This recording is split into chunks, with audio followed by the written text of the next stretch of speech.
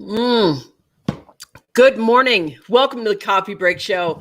I'm Vickie Helm. You're in the Smart Life Club today, and you are having a coffee break with me. It's Friday, and I'm really excited. Today, we're going to be talking about one of my favorite topics, which is love. And what we're going to be doing on this Friday is taking a look at how it is working in your life. And I want to share with you how it's working in my life as well. I want to welcome you onto the platform, and we are going to have a good chat about love and all its many splendored things. And the first way I want to talk about love, though, is I want to give my definition of love, because I know that a lot of people think love is this warm, glowing feeling that you have inside. And that may be true. However, I think love is a resonance. I think love is a frequency. I think love causes vibration. I think love it is like electricity. So electricity is kind of everywhere. You plug in you plug in your appliance to the wall, and electricity comes through and it works. And for me, if we study, good morning, everybody. It's nice to see you coming on. If you're new here, do me a favor, put your name down below so I can see that you're here. And do me a favor, put your name over on the side so I can see if you are here. Now, if you are here afterwards, hit hashtag replay so I know that you're here. Also, while we're talking about love, show me some love right here and go up to StreamYard / it's right above here, StreamYard / Facebook. If you click on that, it'll give me, just click the blue button that says, yes, you give me permission to see your name. I'm using a third-party provider, and for me to see your name come up, otherwise it'll just say Facebook user says, good morning, everyone. Good morning for you coming on. Thank you so much. Donnie, good morning. Today we're talking about the power of love, and I was just giving my definition of what that is. And I think love is very much like electricity. It is super like electricity. So, we have degrees of love. And when we feel love, we have degrees of resonance in love. So we can say, yes, I love that person, or good morning, Barb. Nice to see you on. Or we can affectionately say we have puppy love, or we can say we're madly, deeply in love. And that means usually with an object, a thing, or a person. But the vast amount of us is created by this energy of love. So today I want to take a look at the force of love, not just that you are love or God is love or the universe is created by love, but love is an understanding like a stove. So, or electricity. If you have too much love, what happens? It boom. It shatters all the illusions that start up. And so on this Friday, when we're taking a look at how on earth is love moving through your life, the question is, how is love not moving through your life? Love is always moving from moment to moment to moment to moment to moment to moment to moment. What happens is, if we know that God is love, if we know that, then we know that love is God moving through our lives, God moving through our being, or that flow of energy that is moving through your being. One thing that love does is create transformation. It creates transformation and change. And what it does is shatter all the old illusions of what you thought you were, who you thought you were. So the first thing that happens when you fall madly in love with someone, and you suddenly bring that energy of both of you together, when you fall madly in love with someone, their energy or resonance, their hurts and your hurts come together and make a new kind of pulsing hurts. And the frequency of that is like holding a wine glass out and screeching really loud at it, like, until the glass shatters. Love is that glass shattering. It can break apart what you know or think about who you are in this moment. That transformation, that changing of love right there lets you know that there's somebody new who is raised up in consciousness that you need to meet. But usually what happens is we take the glass and it goes, oh, and it breaks and we think something's wrong. Our mind comes on. We don't trust the moment. We don't trust what's happening. Our mind comes on and says, something's wrong. Something's broken. Something needs to be fixed. This glass needs to be put back together because something is wrong. And we don't drop the glass and say, what else is there? What else wants to reveal itself in love? What else wants to grow in love? How does that want to unfold? How does that want to be? What does that want to look like? We keep trying to piece together back the glass that shattered. And that shattering of the glass is not relevant anymore. It's not you. So here's the great thing about love. Love molds you. Love it's creative in its whole perspective. If love molds you and it creates you and it moves you, when you fall into love, you're falling into a container that shifts and moves and changes. So one of the greatest ways you can see that, the greatest way you can see that is if you've ever witnessed or been party to the birth of a child. So whether you're an aunt, a dad, a mom, a grandma, an uncle, the second the baby is born, something in everyone who's connected to that child shifts. The mother wasn't there before, and now they put that baby in their arms, and it shifts immediately. The dad watches his son or daughter be born, he shifts immediately. Suddenly, something in that person shifts so strongly that they are not, a minute later, 1 minute later, they are not the same person. Now they've gotten the house ready and they're expectant, the baby's coming, and we have parties, and now we're having, gender reveal parties and everything else. And we get ready for the baby. Everything's really great. And we're going through that. But when the baby arrives, that's when the shift happens. That's momentary second. That's how fast love moves. Love is like a lightning strike in whatever it's doing, whether it's a creative impulse, whether it's becoming a new parent or a new grandparent or a new caretaker of something that you love. It's instant. And that's also what happens when you have projects that you love. It's instant. The creativity happens. It's instant manifestation. But it shatters the old illusion of who you thought you were. So the second you turn on your mind and you're arguing with love, you're arguing kind of essentially with God. You're not trusting what that impulse is. And love has degrees, right? It's like a stove on a burner. We can turn it down and have, here's low love, low lying love. And then we can turn it up. When we have a baby, it's usually the burner goes way up. We love that child more than life itself. We're willing to die for that child. Where we weren't willing to die for a boyfriend, we weren't willing to die for a girlfriend, we weren't willing to die for whatever else. But suddenly, when you have a baby, something shifts and you're like, hi, you touch my child and I will be it will be the end of you. Something happens inside you. And I want to talk about that because love isn't mamby-pamby. Love isn't like this big emotion we feel all the time. Love has discernment. Love can get angry. Love can be like, hi, this is a boundary and I'm keeping it. And the boundary is nobody hurts my family. Nobody hurts my kids. You become a mama bear or a papa bear. Suddenly you are there in the midst of it, letting love lead you in that point. I mean, think about how fast you'd go ahead and defend your children. Or that those that you love. You do anything for your children, anything. They make you love at such a degree, it opens your love and lets it out. So here's my point.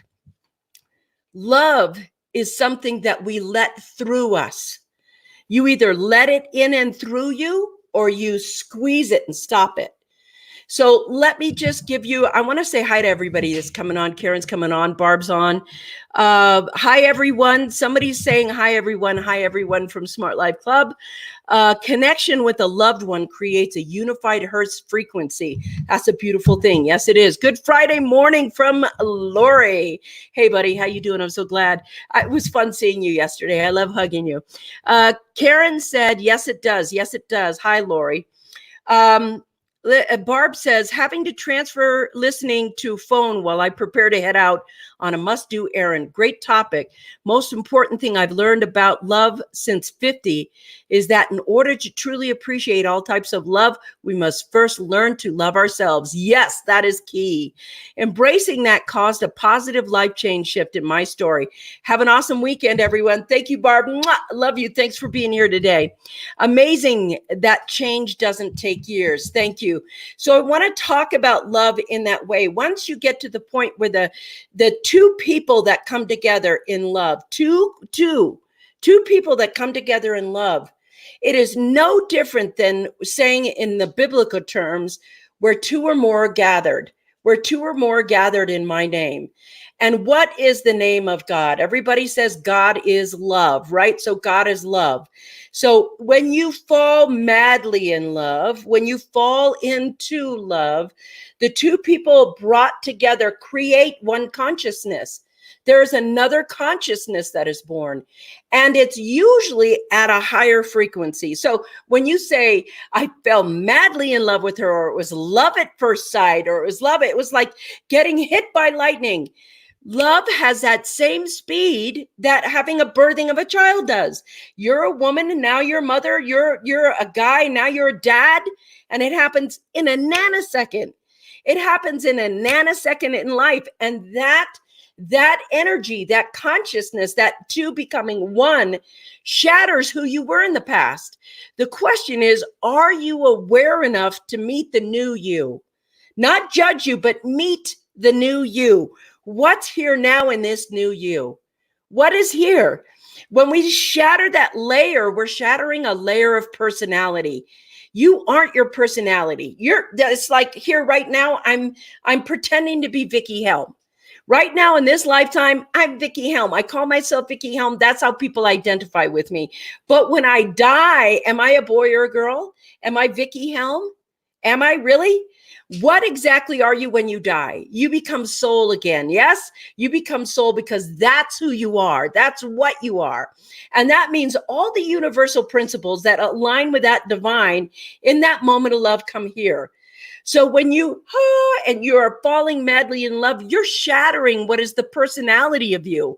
And you're inviting what's the soul of you, the you that you actually are, to be seen, heard, met, and looked at. And that's the best journey you can have with someone. Because when you fall madly in love, there is an opportunity that you never get to have unless you're in a relationship. And that is to hold the frequency of love with someone long enough that it shatters everything that you once knew that looked normal to you, and you step more deeply into the divine. It's your only opportunity to do that. So what is it that they usually say? It's like a Buddhist saying, I want to say. It's like when you fall madly in love with someone, the first thing you do is throw up on them. And so what happens is it's like you throw up all your neuroses. You throw up all of your past, because that is what's there. It's your past. It's not even who you actually are. It's just a piece of your personality. It's not relevant to the two minds that are coming together as one and creating a new essence, a new energy. Facebook user says, yes, no limits, not even in age. That's correct. Especially not in age, especially right now, because there's so much wisdom coming in from a younger generation. They're above and beyond intelligent in that way. But the thing is, when your mind steps into it and you start arguing and you're saying to yourself, but, and you take the past, we try to put together our past. How can we stay present with love? Because there's such intense vulnerability in staying present with love. I mean, really, really being in love. Okay, I'm in love with a 19-year-old, XXXOOO. I don't know who that is that's in love with a 19-year-old, but I hope it's healthy, and I hope you're happy.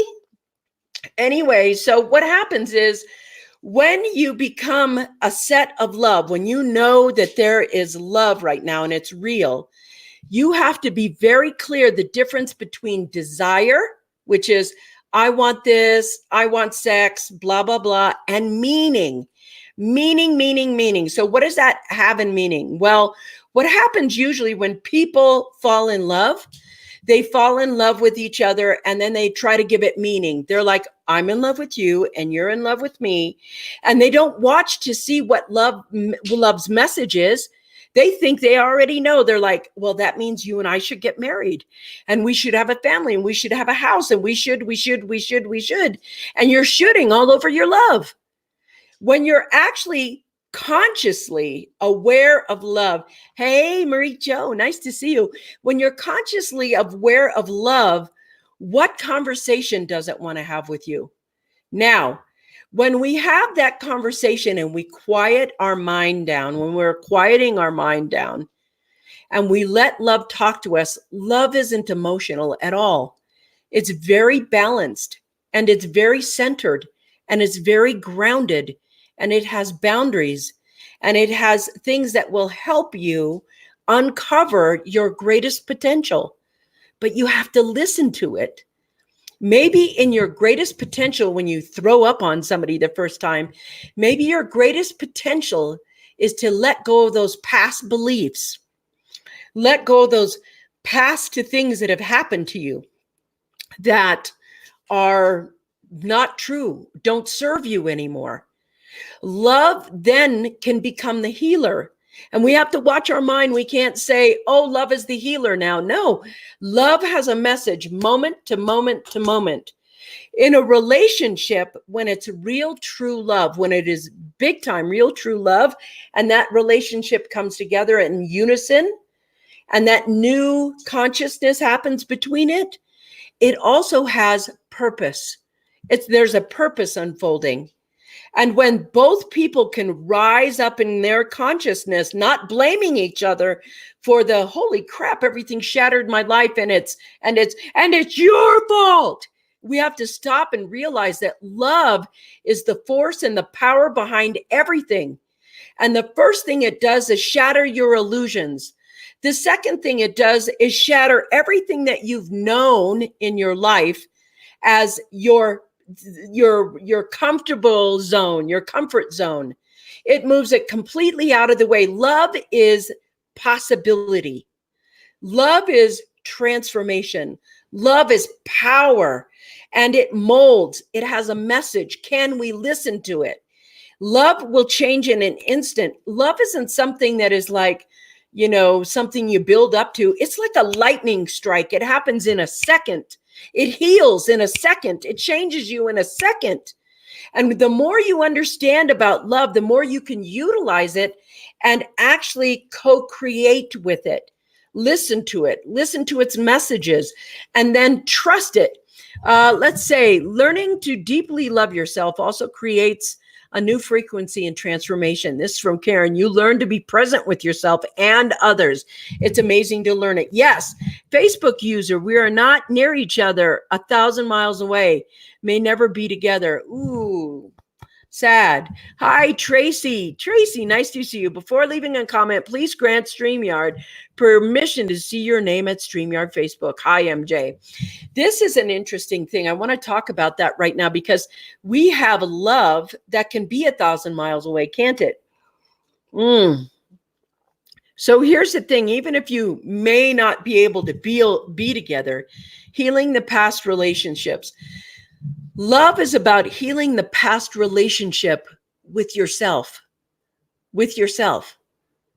Now, what happens when love comes along and shatters all the illusion that you are? And you choose to step up with love, but the person that you're in love with doesn't. They're like, no, I'm happy being who I am in my illusion right now. What's going to happen? Over a period of time, that frequency is going to, that you said yes to, is going to raise you up, and they're going to stay here. And it's going to raise you up, raise you up, raise you up until it shatters the relationship. If both of you join in raising up, raising up, raising up, raising up, raising up together, love is going to show you. You're going to want to project it onto your partner. I know I'm guilty of this. I'm guilty of that. I think everybody's guilty of projecting onto their partner, but especially me. And sometimes I have to stop and go, you know what? This isn't about them, is it? This isn't about this. And so what happens is love becomes a mirror at that point. Love becomes the ability for you to see you. You see, love is the opportunity to awaken if you're paying attention. If you're blaming, if you're lost in your mind and your thoughts and your thinking, then love can be torturous for you. And all you're going to do is blame them for your broken heart, blame them for your desires, blame them for your attachments, blame them for whatever vanity you have. It's always their fault, not yours. But when you're deeply in love and you're willing to be honest, then what happens is that shift happens just like that. I want to go back over here. Scott says, love for most people is just emotion, hoping, and far from being unconditional. I'll keep loving you if, yes, that is the place where the mind comes in. That's not love. That's a contract, right? So that's a contract. I'll love you if you do this, and you'll love me if I do that. And that's our contract. That's how we live. That's not actually love. True love happens in a second. I know if you've ever been to the point where you have been in a room and looked at somebody, just looked at them and fallen in love, you have now entered the space of being in a real love. That's the universe saying, you know, love at first sight is very powerful. It's a deep love. It's a mad love. It's like something that happens just very quickly. And when that kind of love happens, that resonance happens, the second it hit you, guess what? Something shattered about yourself. It's no different than the mom who gives birth and they put the baby on her chest or there. The second, 1 second, the second they hear that baby cry, when you fall in love and you get struck by lightning and it's love at first sight, that's the same thing. Something in you in that moment has shifted.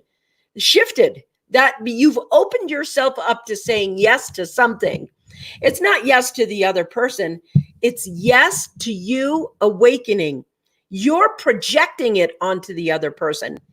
And this opportunity to awaken, it's like a needle in a haystack. Not everybody gets that.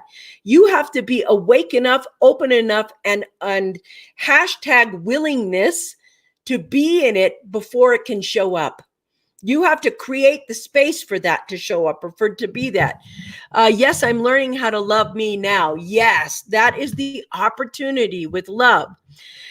Wow, this is so true, Scott. I believe in love at first sight. I do too. I've had it a couple of times in my life. Facebook user is a shift. The power of love is such an incredible molder, transformer, healer, if you're awake to it, if you're not projecting it on the other person. And most of the time, that's what we do. We're like, you know what? I love, and I love her. I love him. I love that. I love, and that's bullshit. You love because that's what you are. You don't love the puppy. You are willing to love the puppy. You don't love the baby. You are willing to love that baby with all your heart and all your mind and all your soul. You are willing to be in love with someone. You are willing to work on your marriage. You are willing to work on yourself. You are willing to allow love out of you. You are willing to do those things. That means you are made in the image of God. So you too are love. And what caps our love is our brain. When we let go of our thinking and we let go of our wants and shoulds and desires and attachment, and we let go of all of that, we go into a state of, what is it they call enlightenment? What is enlightenment? It's an acceptance of what is here and now in the moment in a state of consistent love. Period. So if you understand that you are love instead of that, if you realize that you are love, you'll stop trying to find it outside of yourself. You'll stop trying to find love out here, love out here, love out here, and find the love in here. You'll suddenly become the love that you are. You'll suddenly let out the love that you are, and you will see how that transforms everything and everyone, and especially you around you. When you fall madly in love and you become that love, you will have let out the greatest, strongest, most powerful you that you can be.